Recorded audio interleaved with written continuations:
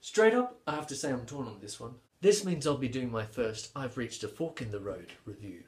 The way these reviews work is that I'll begin by saying, I've reached a fork in the road. Next, I'll review said film that my opinion is divided on. By the end of my spiel, I'll select 2 of my unique rating categories in order to define the fence I'm metaphorically sitting on. For instance, I could say that I consider the film to be both a train wreck and a journey worth taking, if said film were deemed so bad it was actually enjoyably so. All clear? Let's move on then. Fast and Furious 7 does as the title suggests. It gets fast, it gets furious, and it does so for the 7th time. No false advertisement here. It's also unapologetic about being a cinematic au revoir for the late Paul Walker. Given the prospect of potential hate mailers loyal to the actor's legacy, I shall proceed with care. The film is directed by horror veteran James Wan, who along with the allure of Paul Walker's last performance, was the main drawing card of this picture for me. Having previously proved his talent behind the camera in such films as Insidious and The Conjuring, I couldn't wait to see him try his hand at action. Let's just say I was expecting a serious injection of creativity into this franchise. So did he deliver the goods? I guess that depends on your definition of the term goods. Which brings me to problema numero uno.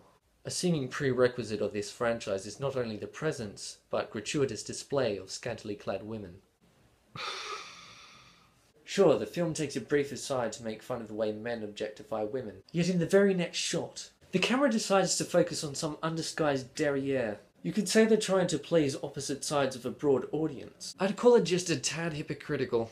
Thankfully, that's mostly a side note to the action. And action is what we're here for.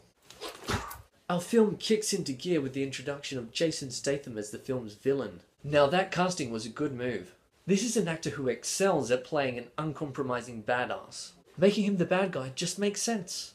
Dominic Toretto, you don't know me, but you're about to.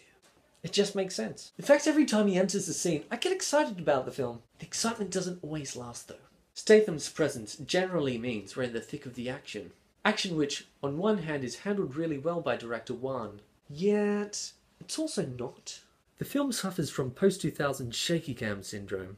This is a technique of modern action cinema which is employed to create a visceral effect. In my opinion, this only works when the action is entrenched in confusion in order to emphasize tension over spectacle. However, if you want the audience to appreciate every hit and maneuver with clarity, which you clearly would with this kind of film, shaky cam is not the way to go.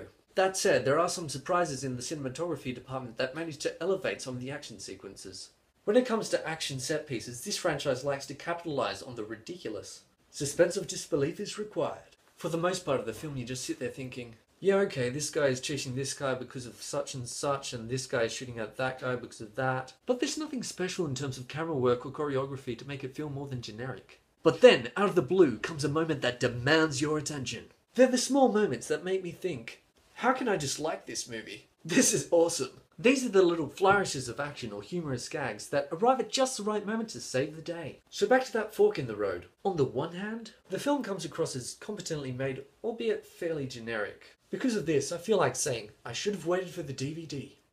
On the other hand, however, the film is elevated by moments that definitely benefit from being seen on the big screen. And although Paul Walker's performance was solid, yet nothing to write home about, this is no Heath Ledger Joker situation. The film gives him a fitting and respectful send-off. For these reasons, I have to say that to some extent, it was a journey worth taking.